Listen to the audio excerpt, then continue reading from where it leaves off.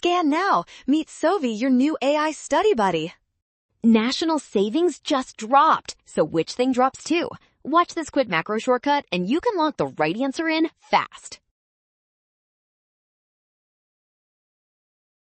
Start in the loanable funds market because national savings shows up there as the source of funds available for borrowing, not as money supply or national debt.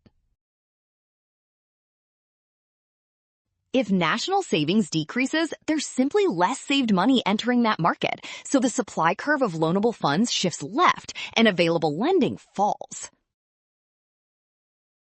That means the thing that definitely decreases is the supply of loanable funds, so choice E is the clean match here.